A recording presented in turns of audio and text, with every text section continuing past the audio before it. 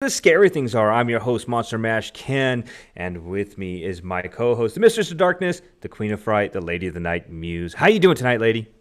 I'm doing good. Just trying to piece myself together over here. I'm just one of those days where you're just kind of frazzled. I'm just like, wait a That, minute, where's everything at? Yeah, that's a great way to put it, frazzled, because we had a little my unexpected life. technical difficulties here, and when it's Yeah, like everything kind of snowballs, right? And it's like, yeah. what's going on here? So anyway, with us as always are our great co-host, Horo. What's up, Horo? How you doing? Oh man, I'm here, and we have all kinds of playoffs going on. The Heat in the playoffs, the Marlins in the playoffs. You know, it's 2020 when the Marlins are in the playoffs because I don't know how that happened.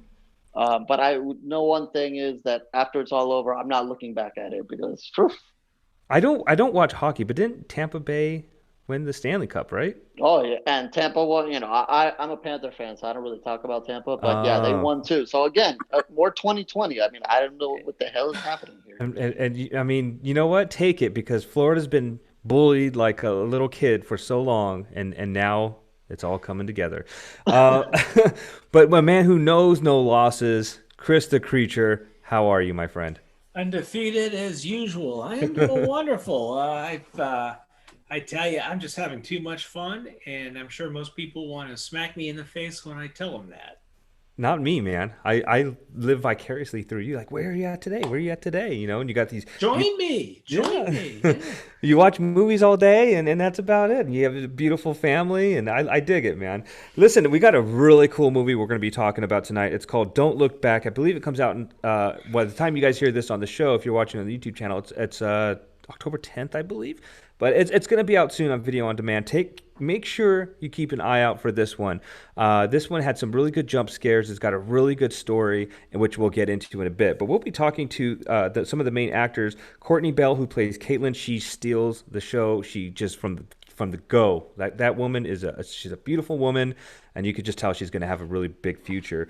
Jeremy Holm, who plays Detective Boyd, and Jacqueline Fleming, who plays Althea. She has a really cool role as it develops. Anyway, so we'll get into that later on. If you stick around, you can hear that. We'll also do our normal features. And yeah, so I got a question for you guys. Have you guys ever just I mean, I can't imagine Lori too much in her little neck of the woods there. But Chris, with your career and Horo living in Florida and me living on the East Coast in New York City and New Jersey and whatnot, I see weird things all the time. Are you one of those guys that sit there with the phone, or do you go in there and help? Or are you kind of just like, you know what, it'll blow over, I'll walk away? Muse, what would you do in a situation if you saw something going down? You know, I think I would probably jump in, and I honestly, I'm a pretty reactionary type person as far as when I see something, especially something horrible happening. Just I couldn't. I think I would just react. And it might just be one of those things where I guess it's hard to say what you would do until you're actually in the situation. But I would like to think I would react. There's been like I'd be one of those people that if I see somebody in an accident, I'm going to try to pull them out of the car or something like that. I'm not just going to keep driving. I know in horror movies, it's always bad to stop on the side of the road and help somebody, Yeah. but I would probably be one of those people and probably be the first to die in a horror movie for that reason. But in the actual real world, I would, yeah, I can't just sit by. I certainly wouldn't be recording with my phone. That enrages me to no end. I just want to smack the Yeah, out yeah. of people for doing that. And it's just like, what would you do if it was somebody you cared about, or what would you do if it was you that was actually in the situation? Somebody just wanted to record you to go viral instead of trying to help you. Yeah. So I definitely would be one to help for sure. Horror, what about you? You ever see anything crazy or whip out your phone for promotehorror.com?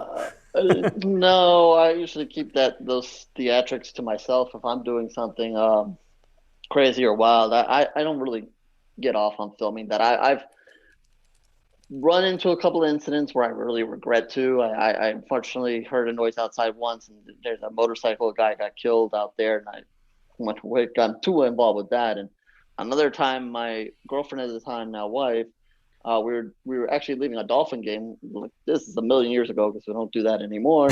Um, we left it, and we came down the street, and there was a car pulled over there, and it looked like an accident. They were up on the sidewalk, and it looked like they hit the fence. And I was ready to keep them going. She said, "No, no, no, stop, stop, stop." So of course we pull over, we get out of the car, we go over there. I regretted that because it was two older ladies, and let's just say one of the old lady that was driving, her ankle was barely holding on there, and I had to witness that, and I was like, oh god, I'm like, this is why we don't do this. and then she and then she was a little disoriented, so she thought maybe we caused the accident. I'm like, oh no, this is bad. But Wow. yeah, I mean, it worked out. Somebody else, I guess, chased the person that ran him off the road, and eventually the cops caught them. So it was all good, after that. But yeah, that kind of teaches me, and that's Florida. You never know. If you see something in the distance, just stay away. You got to wear one of those GoPro things in Florida so you can catch it, Oh right? yeah. Oh God.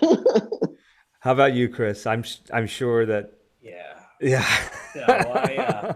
No, I retired in 2015, so I wasn't able just to keep on going. Uh-huh. But yeah, as far as the phone goes, though, I think I show some pretty good taste in not taking it out and filming. I remember I was on a 14-hour airplane flight, and 3.5 hours before the end of the flight, the lady behind me dies, Wow. and there's like all sorts of stewardesses trying to revive her and stuff, and I think I had a little too much to relax me as far as drinks go, and I just sort of enjoyed the show, but didn't pull out the phone. The exception is I was in Jakarta at the same time. The Miss World pageant was in Indonesia, and coincidentally, my flight was going off at midnight, and I was at the airport, and all the contestants from the Miss World pageant with their crowns and sashes were dropped off at the airport. Now, I asked permission to take a few pictures, and the ladies were very magnanimous. I got to give them that. But that's probably the only exception. But I did ask permission before I just started snapping away. Well, I've witnessed a lot of things, and I'm never one to. I think I'm kind of with Muse on this too. Like I would never ever do I would never be that guy to flip on my phone or whatever. I like a little cheese man, as we call it, some little action there, and get involved a little bit. A little fight, little argument there. But yeah, I watch the videos. I always get caught up watching these strange videos. So, and I'll get into my take on that later on when we get into the review of the movie. But no, I'm not that guy. I think I'll try to be a good pedestrian and help those in need. But sometimes it's you got to pick your battles at the same time. So I'm going to get right into the fear of the beer of the week. Now I had to break a rule here for a second. I know I said I was going to do pumpkin ales. I went and bought 6 more. Okay, so I have some, but I ran into another beer, and I thought of Horo right away because he's the goat, and and I don't know if you guys can see this can here, but this is awesome. It's got like a goat head, Satan guy sitting on top of a throne, and this That is rad. yeah, right. It's called Deal with the Devil, 18th Street Brewery. It's a pale ale, it's a pint, but yeah, deal with the devil with this goat head when he's got horns and I'll take it. I'll take yeah, it. right. So I'm gonna try. I had to buy it. I was like, I gotta try this beer. It looks awesome. And you know what? It's been a crazy night, so I'm gonna go ahead and crack that bad boy. The artwork on these beers is just phenomenal, I have to say. Love it. Oh man, but the beer itself is phenomenal. That is a Well, I tasty can't have none of that, IPA. so Yeah, I'm like, you're you missing better out. share it. Wow, that is good. That is okay. So that's 18th Street Brewery. Deal with the Devil Pale Ale. That is a really good beer with some of the best artwork I've seen. Not just because I'm a freak in horror, but it's got this really cool goat guy sitting on the throne there. That's rad. If you guys can find that, that's one of my favorite beers that we've had on the show. Ooh, sorry about that. And as far actually, Muse, you're gonna help me out here with my flashback horror movie flashback because I hadn't seen this one in a long time. Released on this date, September 29th in 1995, Halloween: The Curse of Michael Myers. Now, I'm a traditionalist, so I only watched like the first 2, and I can't remember all of them that had happened after this. What happened in this one? I don't remember exactly. I do know that what's his name was Ant-Man was in it, if I remember correct. All right, yep. Yeah. Paul Rudd plays the adult version of Tommy Doyle in this one, and we are skipping ahead here to the future. Jamie Lloyd opens the movie.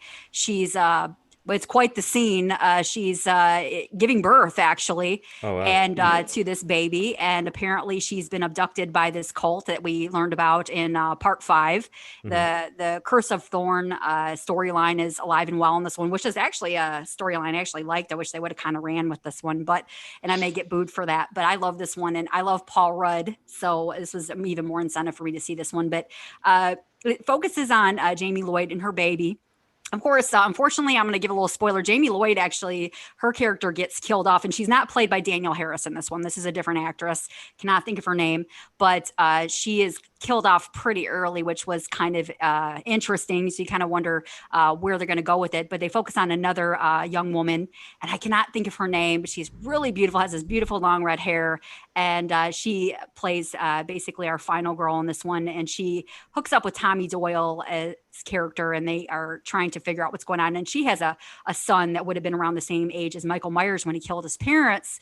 And he's being influenced by this cult to kind of like continue on with Michael Myers, I guess, agenda. They kind of like are this cult that has somehow commandeered Michael Myers, I guess you could say, which is kind of unrealistic. And they're controlling him, or trying to control him. And apparently it's all this big, it revolves around this big ritual where, there has to be a sacrifice, and they're going to sacrifice this baby. It gets pretty crazy, but it's a really good one. I actually love this sequel, and I know there's probably some mixed feelings on it, but it's Paul Rudd, and let's roll with it. I like the Curse of Thorn storyline. Like I said, I wish they would have done more with this, and we've talked about this on Twitter a little bit. I think I remember seeing a little bit of it. I can't remember I seen it all, but there's so many of them, and I think I lost interest in some of them. But I know you're a Halloween gal. But yeah, that's the horror movie Flashback and the Fear the Beer of the Week. Again, Deal with the Devil from 18th Street Brewery. Try that one. That's a good beer. And yeah, we'll get right back into you, Muse, and talking some horror movies and the Sinister Six. What do you got? All right. So this week, we're talking about Don't Look Back, and there's a bit of a revenge theme here. And so I thought it would be kind of fun to run down some of my favorites, revenge horrors. And I'm going to check in with you guys here in a little bit and hear what some of your favorites are. So just be ready with some of your answers. I can't wait to hear your guys' answers. So the first one, I'm always plugging Kurt Russell somewhere in one of these lists. You're going to be hearing about that. It's The Crow, Kurt Russell, and Bill Paxton and Keanu Reeves. It's like they're going to be in there somewhere. But the first one is obviously Death Proof. And some folks feel this is not a horror movie, and I disagree with this. There's actually some pretty horrific things that happen in this. And Stuntman Mike, played by Kurt Russell, is definitely doing some evil stuff in this with his car and all kinds of great. And there's some great car scenes in this as well. His car, I love his car in this one. And I'm not even a car geek, and I'm in love with this car. But he's doing some pretty sinister stuff with it. And he has it rigged up, and of course he's targeting these particular young women in the first segment. And he does some horrible things to Rose McGowan's character. And we see that as the movie transpires. And of course he runs in, he meets his match with the second group of women though. And they really put it to him. And like I said, that end scene where they're just kicking his ass all over the place, and the big boot smash at the end. And it's fantastic. I love Kurt Russell, but I loved seeing him get his just desserts in this one. And I love the way that they kind of connect this one with, I believe, one of the other movies. Oh, why am I totally flaking on that? But you guys know what I mean. It's directed by Robert Rodriguez. Was that Planet Terror? Planet Terror. Yeah, Planet Terror. Yeah, like I come to your rescue, you come to mine. Thank you. So yeah, Planet Terror, they kind of connect those two movies. So I generally watch them together. So I really like that one as well. But yeah, Death Proof is definitely one of my favorite revenge horrors. And like, I feel it's a horror. So, there's some debate there, but I dig that one a lot. The second one is Last House on the Left from 1972. So this one is, and I'm talking about, the classic, the Wes Craven. This one, they remade it in 2009 and it was all right. I watched it and I was like begrudgingly, because I actually saw the original first. And I felt like the original was so much more brutal. This one was just really rough and gritty. And the second one, or not the second one, but the remake had its moments, but I just didn't feel it had the edge of the original. But just to kind of refresh everyone, if you have not seen this one, or if you are not familiar with it or have not seen it forever, it centers on teenagers Mary and Phyllis, and they're heading to the city for a concert. Then afterward, they go looking, for a good time, some drugs, all kinds of fun stuff that teenagers like to get into. Instead, they find a gang of escaped convicts and who subject them to a night of torture and rape. So this one is definitely a lot of really hard scenes to definitely absorb. So this one, I'm kind of cautioning some folks out there, this may not be for everybody. Definitely disturbing scenes. The gang is, takes them out in the woods. They don't realize at the time, though, that they're near Mary's house. They're actually right in the area. So when they pose as salesmen and they're taken in by Mary's mother and father, it doesn't take the parents long to figure out their identities and plot revenge. And things start to get really crazy. And I thought the remake redid this one pretty well in that area of everything. But I just felt like the original was so much more brutal. And for that reason, it may not be for everybody. I totally understand. We all have our do's and don'ts with horror. Some of us don't get into certain types of horror movies more than others. Maybe we like slashers. Maybe we don't really like the extreme gore or like the torture, type of films like Hostel or Saw. I dig them all. But this one definitely touches on that quite a bit. So it's definitely one that, I'm giving you some caution. There's a little bit of warning there. Some of the stuff I struggled in some scenes. I had to stop it. I was similar with I Spit on Your Grave as well. It took me, I must have paused it about 3 or 4 times and finally finished it. Great movies, but boy, some tough scenes to really, you're just like, okay, you're gritting your teeth through them. The third movie on the list is Old Boy. And I'm talking about the original, 2003. So this centers on Dae-soo, and he's kind of like this obnoxious kind of drunk guy in the movie originally. He's bailed out from the police station yet again by one of his friends, and then he's abducted later on the street. He wakes up in the cell where he remains for the next 15 years, drugged unconscious, no human contacts, the whole nine, other than like a television for company. But then he's suddenly released and he's invited to track down his jailer with a result that is simply pretty stunning. It's really an over-the-top movie. This is fantastic. You've got to see this. It stars as Dae-soo, Choi Min-sik. I'm hoping I'm not butchering the names here. I'm just asking to just get people going. That's not how you say it. You can probably skip it because you're just gonna make an ass out of yourself. Yeah, I'm just gonna. But y'all know who I'm talking about. But I am glad that you didn't do. I'm glad you didn't do the American version. So you're going straight to the. I'm going right to the original. I saw the remake and I'm like, what is this? I love Josh Brolin. Don't get me wrong, but no, you guys shouldn't have remade this one. I'm not trying to hate on anybody's favorites or anything, but we should have just left the 2003. It's just such a good movie. And this is just one of those films that should not be remade, but they did. They remade it some years later and I watched it. And I don't know what I was thinking here, but I think it was because it was Josh Brolin. But I mean, anyways, the original Old Boy 2003, watch that one. You can venture into the remake if you want, but I'm a fan of the original. The fourth is another great foreign film, Korean film. It's I Saw the Devil, and Ken and I have talked about this one, and this is a spectacular, revenge horror. This is another really over the top, just crazy story. I remember actually live tweeting this with Tracy and a group of friends. One night we got together and watched this on Twitter. So I was just like, what in the heck? This is such a crazy cool movie. I'm so glad that they recommended this one and that we watched it. I would have never, I don't know if I ever would have come across it because I hadn't watched a lot of horror, foreign horrors. So this is really actually what got me into watching foreign horror. I was like, gosh, this is so great. Where have I been? So there's more names I'm going to butcher. I'm going to really try let's get through this. Just bear with me, everybody. I'm trying. Okay, so just to kind of like refresh you guys, we all know the movie starts on a dark road, and the taxi driver Young Chul comes across a scared female motorist. She's stranded in a broken down vehicle. He pulls over, but not to help her, and we learn quickly he's not a good guy. And of course, we recognize him from The Old Boy. He's playing a villain here, very much so. And so The woman's head is discovered in a local river, and her devastated fiance, Kim Soo Hyun, is a trained secret agent, and he becomes obsessed with hunting down her killer. Once he finds Young Chul, things get very twisted. After brutally beating the murderer, Kim lets him go free, and a very demented game of cat and mouse begins. So it's just like, what is this? I mean, just the scenes. I mean, just he's just beating this guy, just senseless, and he lets him go, and he hunts him down again. And I'm like, wow. And it gets crazier and crazier as the movie goes on. Just a fantastic film, a lot of crazy graphic violence, but I dug it because I was like, this is some. I mean, if you've ever had it out for somebody and you want to vent through a movie, this is definitely how to do it. This was a fantastic film. The fifth movie on my list is one I actually have not seen. I actually sat down to watch this one a while ago, and I think I tweeted about it too, and I never actually got to watch it because something came up, like it usually does whenever I try to watch a movie. It's just all heck breaks loose over here. And I'm like, what are you guys doing trying to watch a movie?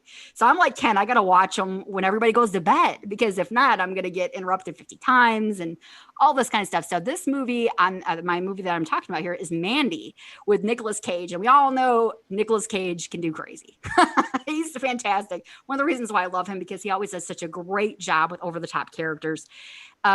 So this one centers in 1983 on the characters Red Miller and Mandy Bloom, and they're living in the Pacific Northwest in 1983. They lead this really loving, peaceful existence. You know, they have this pine-scented kind of like haven, you know, and it's savagely destroyed by a cult led by a sadistic dude named Jeremiah Sand.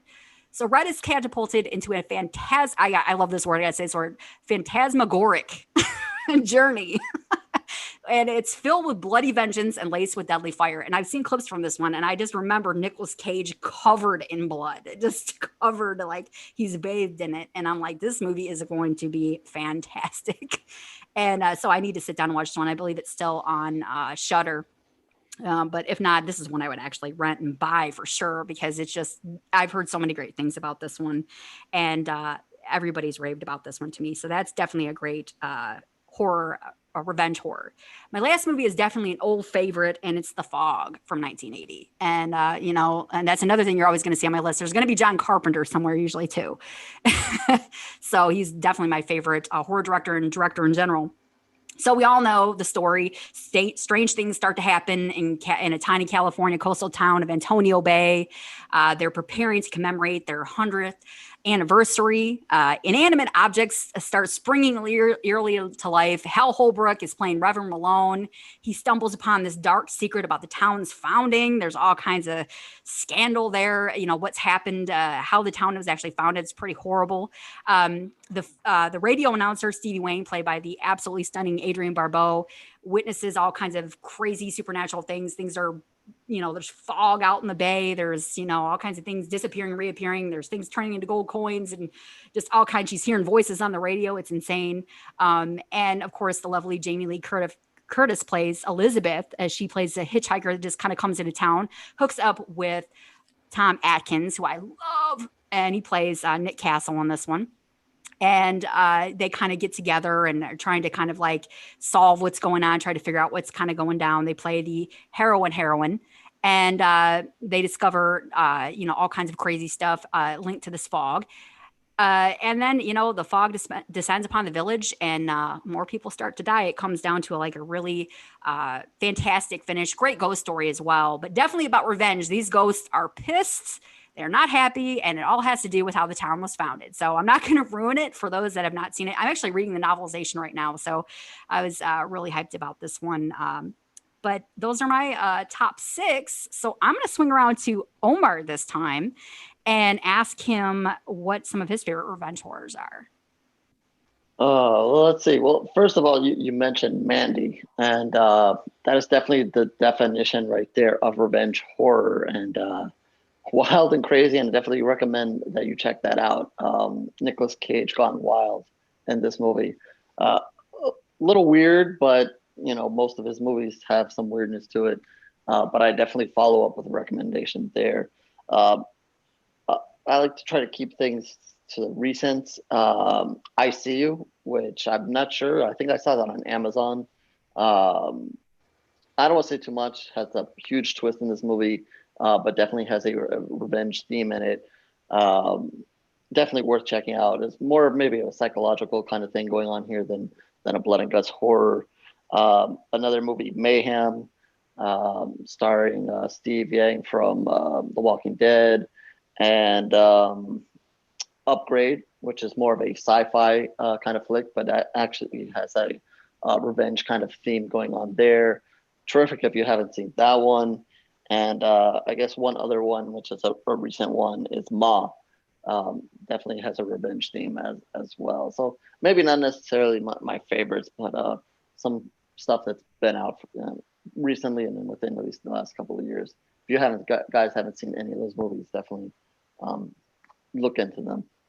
I saw Ma. Ma was pretty good, and I remember you talking about I See You. I saw that one when I was kind of researching these, and I was like, I'm gonna leave that one for Omar. I knew you were gonna say that. It's like I actually want to see that. I believe Helen Hunt's in that, right? Is that the Yes, right one? yes, she Okay, is. yeah, that's one I've She been is. eyeing as well. So it definitely looks good. And Mayhem, that looks. I heard that's excellent. That's like a fantastic. That is another wild and crazy Yeah, one. it looks crazy. And I was like, this looks like something I'd really get into. All It right. lives up to its name. Yeah, Mayhem for sure. I love the title. It's like perfect. All right, Chris, what are your favorite revenge horrors?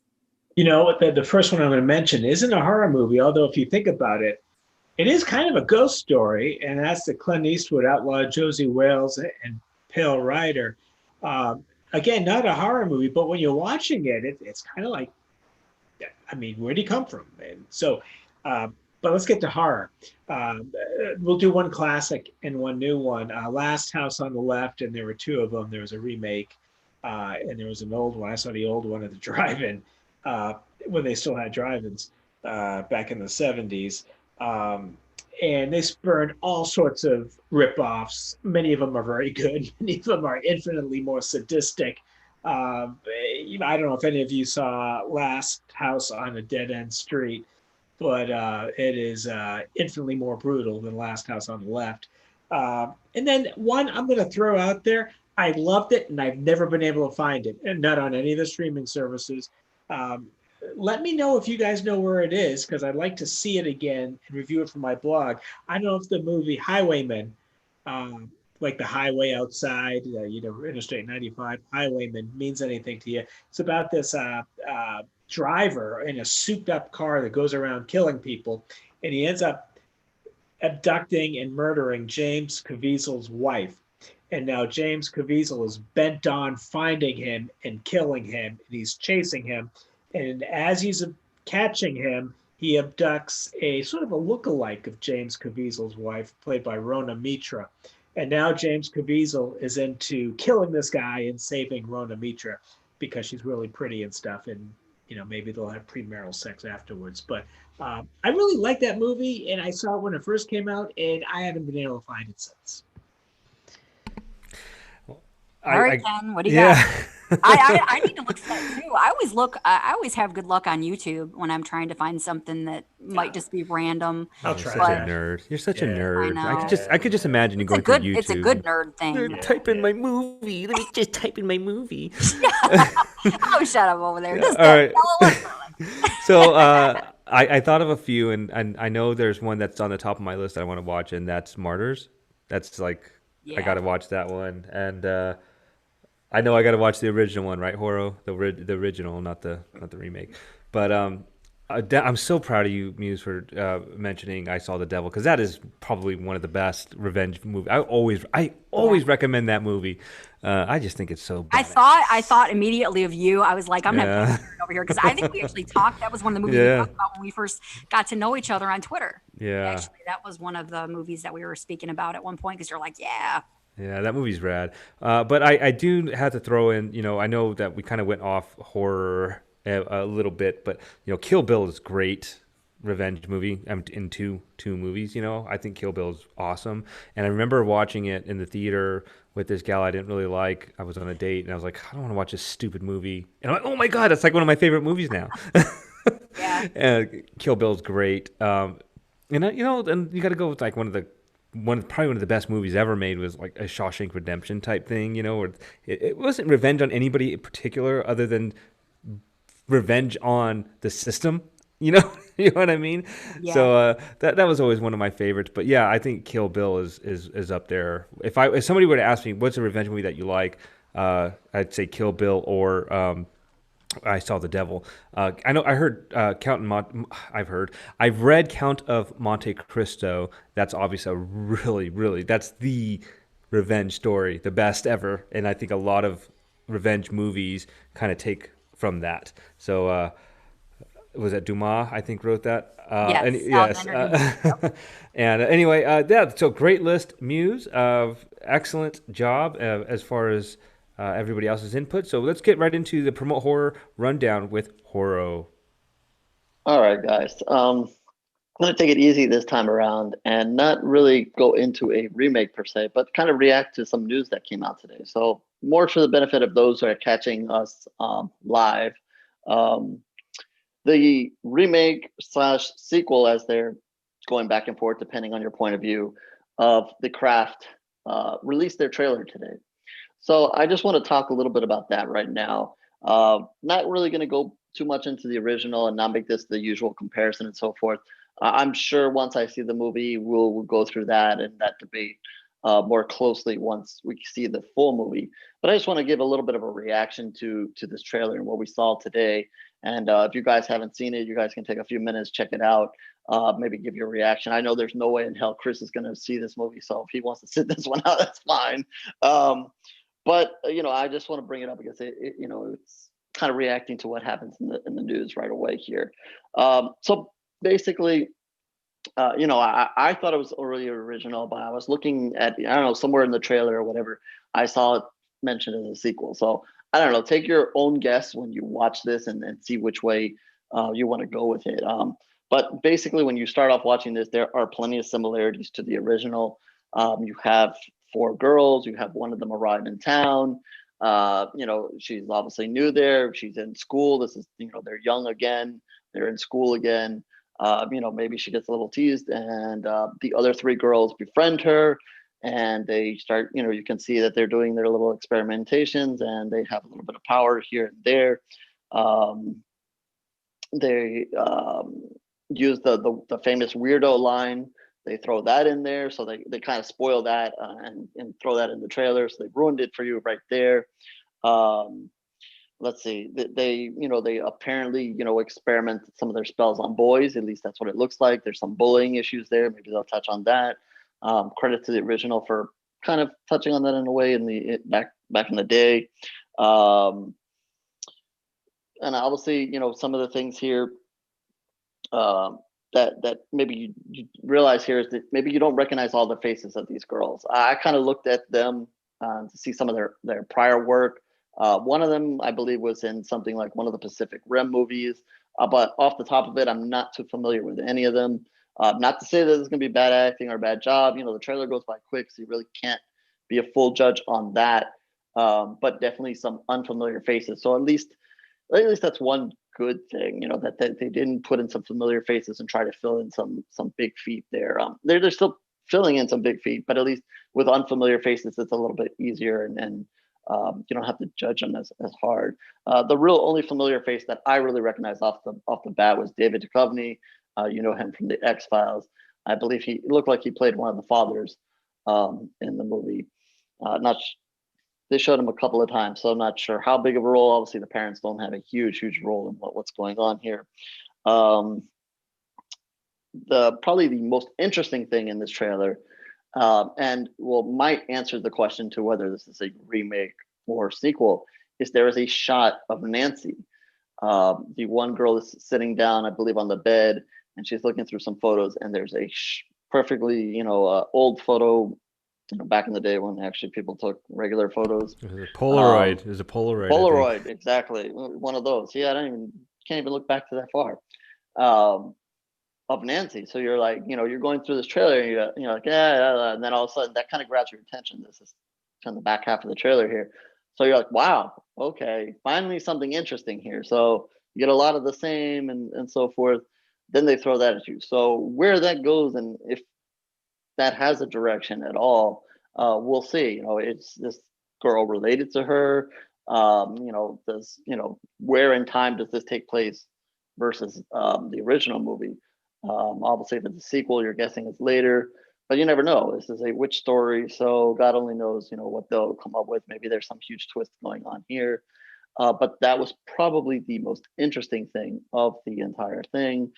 One of the other things I noted is it looked like there was some maybe CGI and some of the spells that they were going on, and we kind of all frown at that. We don't like it that.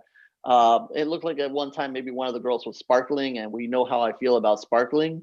I don't know what was happening there, but it looked Oh like God. yes, I had to throw that in there. I had to throw that in there.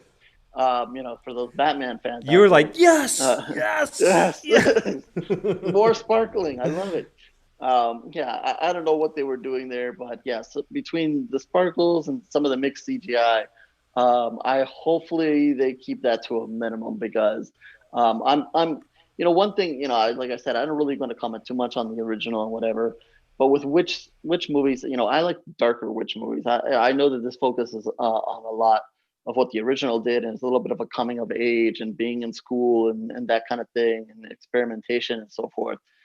And it's not necessarily, it gets dark at the end, but not meant to be like a witch thing. These are developing witches, but I like my witch stories much darker, much more to that element. So obviously this is not going to cut it, but hopefully maybe they push some boundaries here, going into whatever final act they create. So that's my initial thoughts of this. I don't think it's gonna. I'll probably see it just because I want to see, what they do, and I'm the one who has to suffer and then tell all you guys yes or no. Um, but some of you maybe it pushed you in one direction or not. I don't know. Ken, it seems like you saw it, so I guess I'll throw it over to you first. Yeah, before I jump on, I want to just say what's up to Bumble, Squid, Smurf God, Demons Be Scribbling, and also John Grant. And it's a really good chat going on the YouTube channel. So if you guys are on, definitely check it out and join in the conversation there. I watched it, and this is funny. So I was at work at the job site, and I watched it on mute, right? And you can just tell where it was going. And I'm like, oh gosh, and I feel like The Craft is such an awesome movie. I loved it, and I think it was targeted. All of us, well, minus Chris. Chris was probably, in his late 60s at the time when it came out. But I'm sorry, Chris.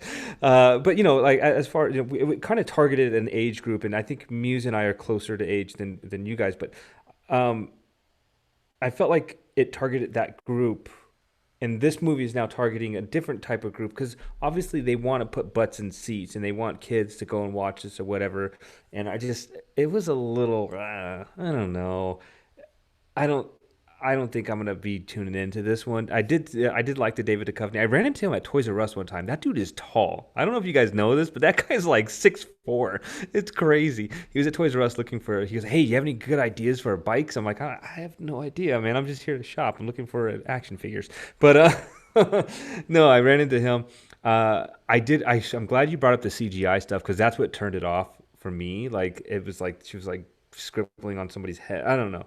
We saw Fairuza Balk's character in the picture. That was kind of interesting, but it's just so hard because, and I know Muse will relate to this too. Is like that movie was awesome, and you know you just don't want to see him ruin it. So then you just don't take part of it. I don't want to. I think Chris said this one time about a movie we were talking about, and he said I won't write a review about it because I have nothing nice to say about it. So that's kind of where I'm at with it because I feel like that's kind of a setup there. My wife may want to watch this because she liked the movie.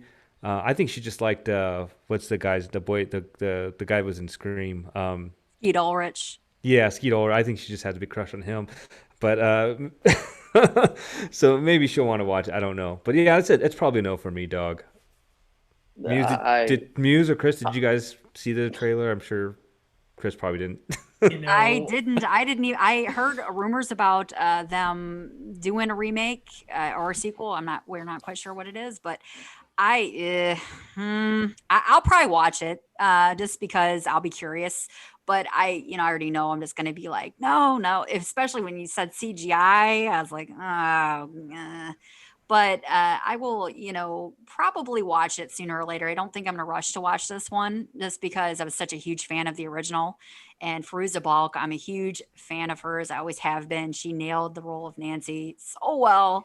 And she's just really unforgettable. And it's just going to be hard to duplicate that. But I get it. We're kind of refreshing things for a new generation. I agree with Ken there. But, I'm just like sitting here. I just want to go back to what Ken was saying about David Duchovny and Toys R Us. I love how Ken is so cool. David Duchovny comes up to you to ask about which toy you should buy. I'm like, David Duchovny's talking to me. I love how Ken is so cool. Like, hey, dude, I'm just here to shop. Dude, I was like, you're I'd been losing my shit. I'd have been like, oh my God. Like, what so cool. He's like, you're Mulder. You're Mulder. Like I'm looking at him, like you're Mulder. I know. You know what's Losing it. funny, and I hate to go off track here for a second, but that day I was with my boss's son, and I was taking him to buy a birthday gift. He bought a big giant Nerf gun, and we're in the subway. And we're getting in the subway. And if you're missing the subway, you got to run in there and get in there real quick. And I got in there, and Zach, he missed the subway, but he throws his gun in there, and I leave him there. He's like 10 years old, and the subway there's nothing you could do. So that was an eventful day. That was the David Duchovny Toys R Us. That is Zach, I almost left wanna you on the sit down and, subway like, platform day. Yeah, I want to hear. I want to sit down one show and hear all Ken's celebrity stories here. I've been really blessed to just happenstance meet and run into random celebrities, and the biggest one though is Chris, obviously. Yeah, well, for sure. And so like I said, The Craft, I'll probably not rush to see. I'll probably check it out, but it's not going to come anywhere near the original. I love the original. I think The Craft is probably my favorite witch movie, actually, with that theme. So it's going to be a tough act to follow. So I'm going to pass it over to Chris. Warlock is the best witch movie. Warlock, yeah, Julian Sands. You're right. That is oh man, I forgot about that movie. Early '90s, fantastic. Yo, Ken, get out of my head, man. It's starting to freak me out. Somebody's got to say it. We always tiptoe around the truth. With this cast and with this subject and with this plot, 3 words for you: catfights, gratuitous shower scenes, and whipped cream. If you don't have those, don't even bother me. That's it. And that's why Chris is on the show, because he brings us back to earth. Because we do want it. We don't say it out loud, but we do want to see that stuff. He keeps it real, for Keeping sure. it real. Keeping it It's real. me. I really was hoping to see, some signs of premarital sex in the trailer so that I could say, Chris, you have something to look forward to. Yeah. But unfortunately, there was just no signs, and too much clothes on, and I don't even think there was a shower in any of the scenes. So there was a bed, but that's about as close as we got. Yeah. All right, so I guess I'll jump into the news now. But just in case anybody's wondering, it looks like The Craft Legacy will be out just before Halloween on the 28th, and I guess they're gonna release that on the witching hour to make you even more scared. And Video on wanna demand, I watch think, that. right? It's on. Yes. Yeah. Yeah, video on demand. I guess they just went ahead and said, let's just put this out there, and not worry about the whole if people are going to go to theaters or not. So yeah, if you guys are looking for something to watch prior to Halloween and something new, jump into that if you dare. And again, I think the best way is what Ken said, is it's just basically targeted at a different audience. So as horror fans of that generation as well, let's maybe try not to get totally upset, or at least until we see it. And if we kind of think of it as a new generation thing, hopefully that can at least put us at some peace of mind. And with that, I always have some more remake news to piss us all off. So here we go. In the other news today, Zac Efron is set to star in a new version of Firestarter. That excites me. Zero on a scale of 1 million, because I don't know. The way I read about it, I don't even know if he's playing the person that is going to be fire starting or not. But either way, He's probably gonna be like the dad or something. I don't know. Yeah. Which is another really weird thing to see him play a dad. Star power, man. That's what they need. I mean, Is he he old enough to play a dad? he just needs to get over with and do a Marvel movie or something, because I think he's due.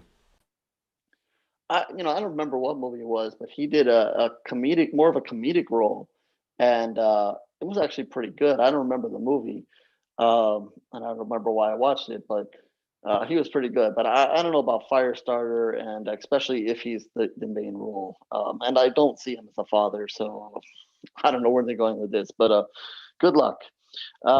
Let's see. We've talked a lot about over the last couple of weeks about what's coming in October, things that where we can watch stuff.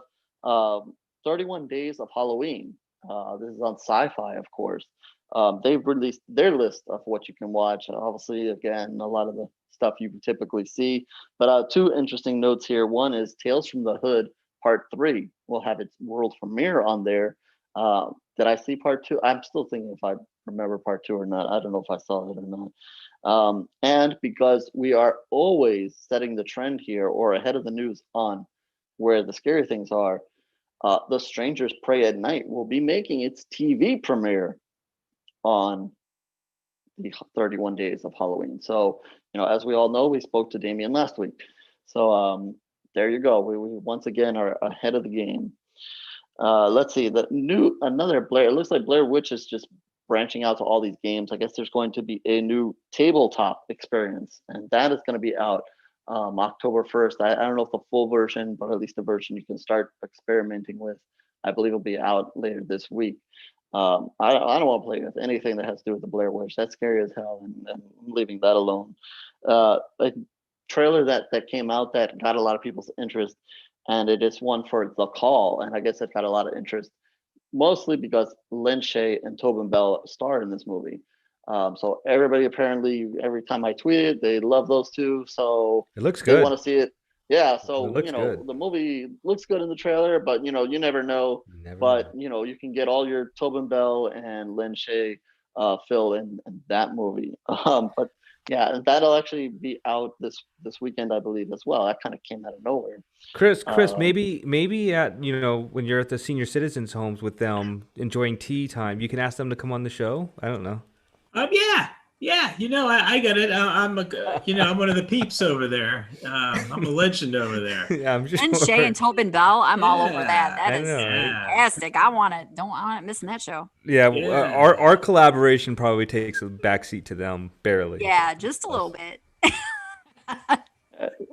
Chris is the one that calls bingo every time. I know it. I know it. Eh, Even if he eh, even if he doesn't gross. have bingo. eh, I said 64, not 65. Damn it! Shut up. Damn, eh. you damn kids. I'd be the one calling out just a false bingo just to keep everybody awake. Uh, Bingo, kick her out of here. yeah. Oh Lord, we are having some fun tonight as usual. Um, Here we go. One documentary that will be out later in October, October 27th. That is on video on demand, and that's Wolfman Got Nards. I know that covers the Monster Squad, which we talked about maybe a month or so ago. I saw it. I actually got to meet Andrew at the when it showed down here. Fabulous meeting him. I've met him actually twice, and that documentary is great. So if you're a fan of the Monster Squad, definitely check that out. He does definite justice to the fans of that movie. Um, just watch it, enjoy it, especially if you're fans of that movie. I always like throw in some Shutter news, and you guys probably might know it already, but it looks like they've released their October schedule, and it's going to include a Creep Show animated feature, which that looks pretty interesting, at least in an animated version. And of course, Joe Bob is going to return for a Halloween special, as we would have all expected. Um, that on top of several other good movies, Scare Me and the Mortuary Collection, and some foreign films that I'm looking forward to checking out. Let's see what else.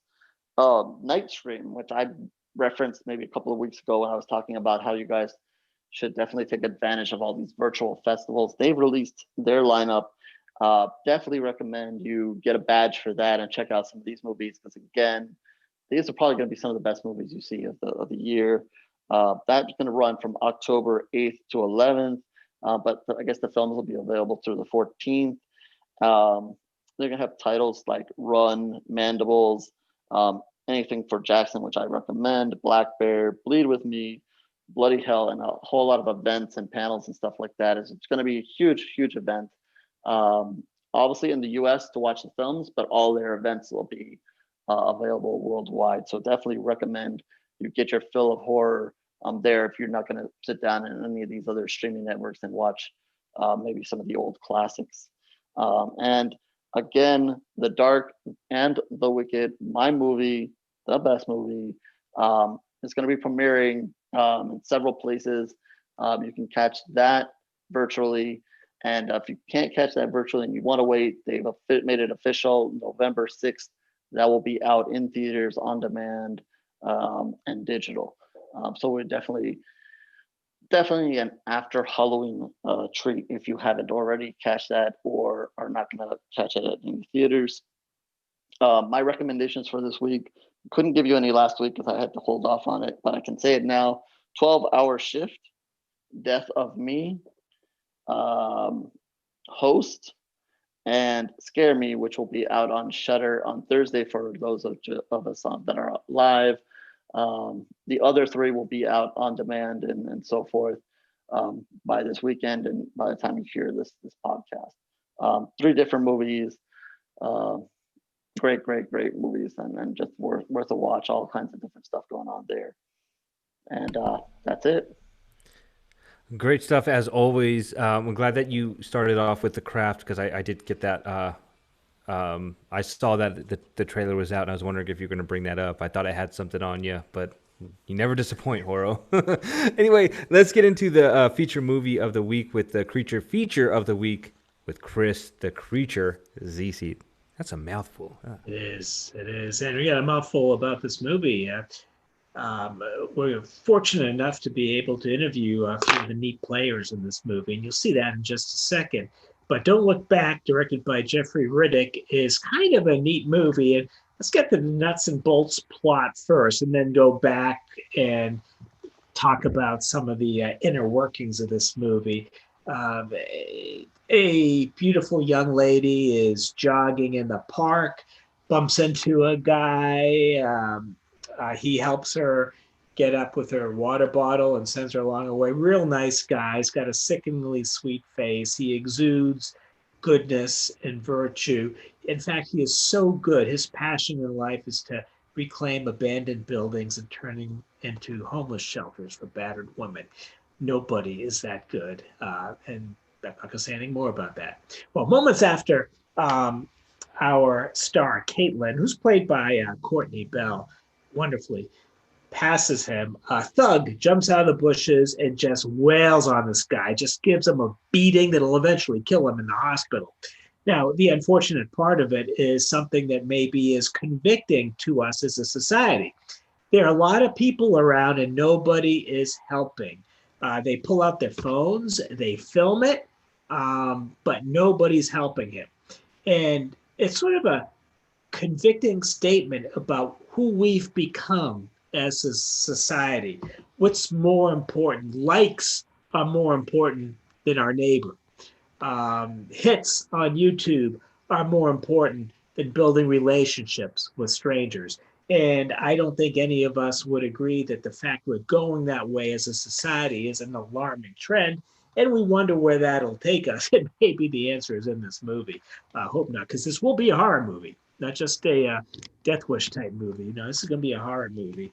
Now, in Caitlin's defense, of all the people there, she has the only excuse. She is just getting out of her own house after a very traumatizing home invasion killed both her dad right in front of her eyes and her. Paramedics bring her back to life, which might be an indication of why she's able to see what she's about to see throughout the rest of the movie. But her dad, who's not a sickeningly sweet character, nobody's that good. He makes pancakes perfectly. Well, he's killed. And so this is her first time after much hospitalization, physical rehab, mental rehab, PTSD counseling, that she's venturing out on her own. Unfortunately, she's sort of lumped in with all the other witnesses. Even all the other witnesses, they just got selfishness and idiocy on their side, where Caitlin froze because she's having a flashback. It's a PTSD reaction. Maybe she went out too early. And this is going to be kind of an ominous episode for Caitlin, because one by one, these witnesses that all filmed it, guess what? They're dying horribly. And Caitlin's actually got the unfortunate part about sort of being at the crime scene. Now, if you're trying to stay off the suspect list, being at the crime scene for the next 3, 4, 5 murders is not going to help you. And this brings her in the direct contact with Detective Boyd, who's played by Jeremy Holman. You'll meet him in just a moment. Performed brilliantly. He's doing all he can. He's a rough, tough cop, but he's doing his best to be sensitive. And he's giving it the college try to be very caring and understanding. But he's not going to be able to be that because Caitlin just sort of shows up at these crime scenes. Well, she's not only shows up, she's there before they are, because Caitlin has this wonderful idea. I need to find out what happened to this guy, who murdered him. Now, it's always a brilliant idea when you think you know more than the cops and go out and do your own investigation. Cops love it. They'll invite you to the policeman's ball. They'll give you a pat on the back. Not really. If you ever feel like doing that, just take my word for it. Don't do it. It won't turn out well. Well, Caitlin realizes that something bad's happening because not only is she getting to these murders right after they happen, she also has some very eerie contact with something from, let's say, a ghostly perspective. And it is apparent that Douglas, the guy who was killed, his ghost is back, and he wants vengeance, including vengeance on Caitlin. Now, Caitlin can't really explain why she didn't. I mean, how do you do that? The ghost wants to kill you. You can have a sit down and conversation. So she needs to figure out what happened to Douglas and who did it real fast. One by one, witnesses start disappearing. Caitlin is emboldened. And then the things in the plot that make you think there's more going on here. And there is. Caitlin's got a very sickeningly sweet, nice boyfriend named Josh.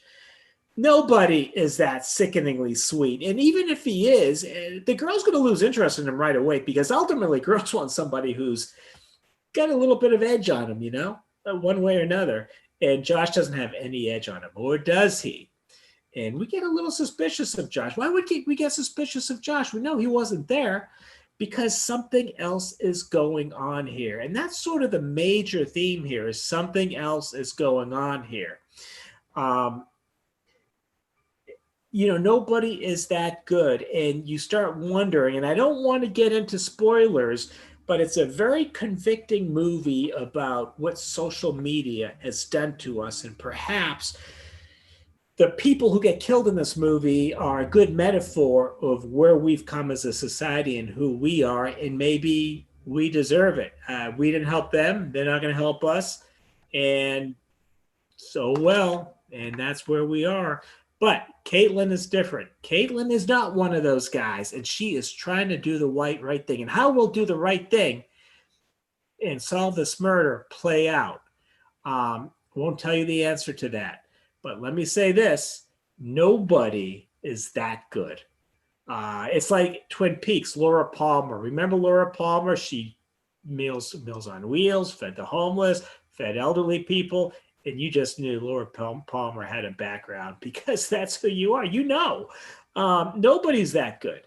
And of course, as Twin Peaks unfolded, more was found out by Laura Palmer. Will more be found out by the saint of the community, Douglas, who's murdered brutally in the park?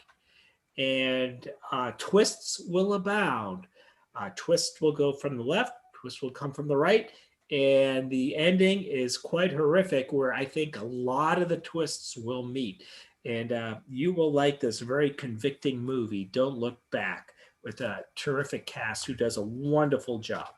And we'll be talking to them next. Chris, that review makes me want to go back and watch the movie again. Oh yeah, it does, because there's stuff you had no clue about. I had the advantage of having the attitude: nobody is good; they're all guilty. Nobody's innocent. And, right? Cops have that perspective. It doesn't translate well into retirement. Nobody wants to be around you because you're the cranky old guy. But you did say that to me once. They're all guilty. You said that. They're all guilty. Yeah. Are you guilty? No, Yeah, it just yeah, depends right. on the end of the day of the week. I can't even say it That's a right, so I'm confession. guilty. Yeah, I'm fucked. that's a Anyway, confession. so listen, I just want to go around real quick before we get on with our interview. Um, this movie, I put it on, and it wasn't like a super scary movie or anything like that. There were some really good jump parts, some scary parts, real quick. It's definitely like a what the hell is going on? I gotta keep watching to find out what happens type thing. There's a good twist or two. Um, I thought the beginning of the movie really like kind of grasps you in because it just kind of shows a reflection of, like you said it, Chris, a reflection of who we are as a society today. And me being a father now, I'm just so in fear of my daughters, and I'm just like constantly thinking about these horrific things, and the way kids are these days, and they have their cell phones and they record everything, and it's like the cell phone is the worst and the best invention ever. And I see these things that happen, and I work in New York City, and I'm around a lot of crazy things, especially right now with COVID. They're not arresting a lot of people right now. You have to really do something bad to get arrested. And I'm seeing things where I had to pick my battles, and I've gotten in some arguments with some people, or I've stepped in, and I've walked past some things too, like, it's really bad. So I guess what I would take away from this movie that I enjoyed, be a better person, but be safe. And make sure you keep those that you love around you, keep them safe too. Um, we need better people in the world. The world is an ugly place, especially right now. Everybody is looking. It's a look at me world. Look at me. Look how many, like Christy said, look how many views I got on my YouTube channel or my Facebook or whatever. And we're guilty of that too. We want. I'm looking at you right now, Horo. I'm looking at you. Okay. No, but we want these, and obviously we're content producers, and we're all fun and games here. But ultimately, what it comes down to, is keeping your friends and family safe. But I like this movie a lot. I thought Courtney Bell, man, she is. Really hope she gets a good break, and she's just a delight.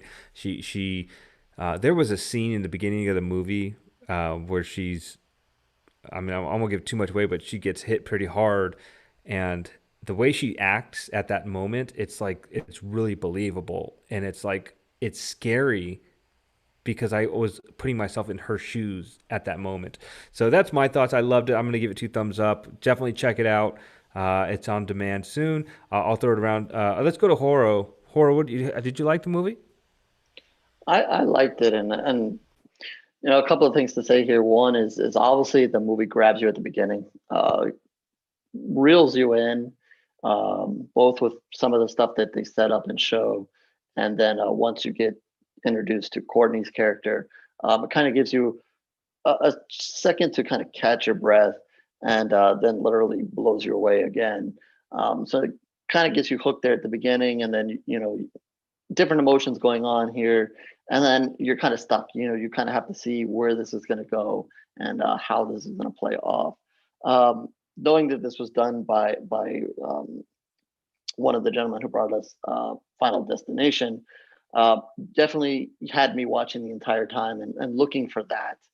Um, and it definitely has elements of that. I think you have to be very careful here. You can't, if you see that, and you know that this movie has Final Destination elements going into this movie, um, don't get too excited, but don't be too disappointed. You kind of keep your emotions even here.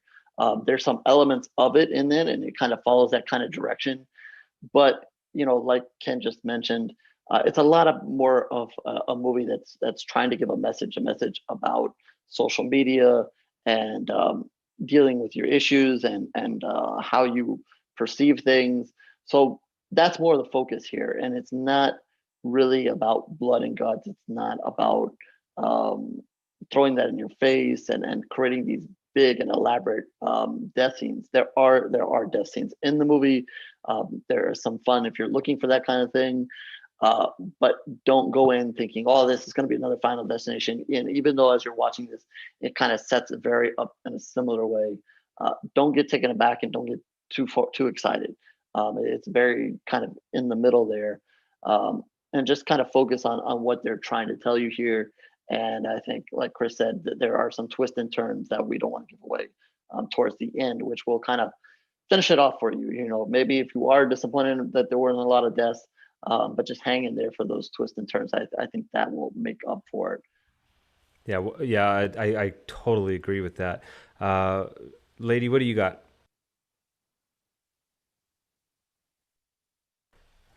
Muse, are you awake?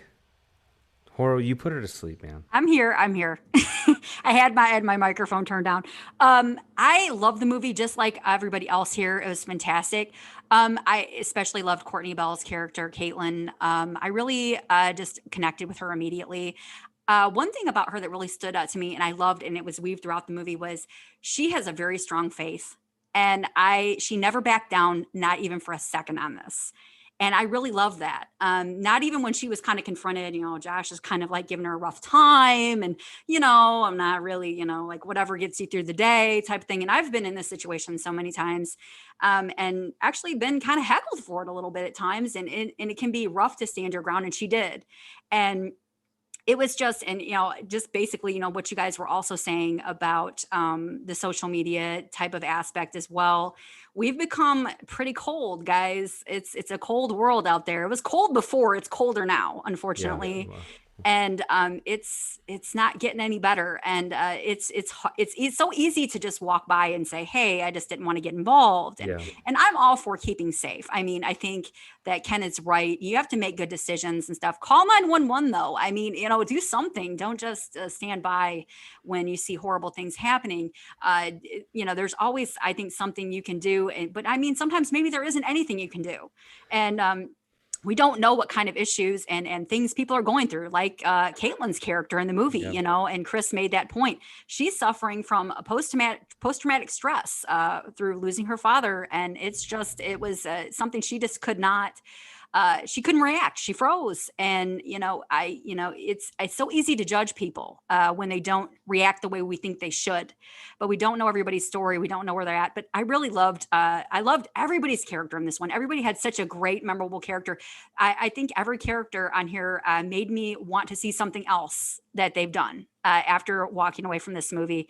And I can't wait to see what they do next. It was a great movie. Like I said, I loved how Courtney stood up and backed up her faith. She wasn't going to back up on that. And I loved it. And all the characters were great, but yeah, I love one of the last things I'll say is this movie makes you think something's going on. It's like, oh, no, it's this guy. Oh, no, it's this. Yeah. You don't really know who's who. They leave you kind of wondering who is the villain here? What is going on? And you think you have it figured out. I thought for sure that I had it figured out probably about 45 minutes in or so. I was like, okay, so I gotta see where this is going. And I love the way they're very clever with that. And so I really loved it. It was very well done. And I'm a huge fan of the Final Destination series as well. I loved just the whole thing. It was great. I highly recommend this one, guys. October 16th, it comes out. Give it a watch. We loved it. Well, on that note, let's jump into our interview. We'll be right back, everybody.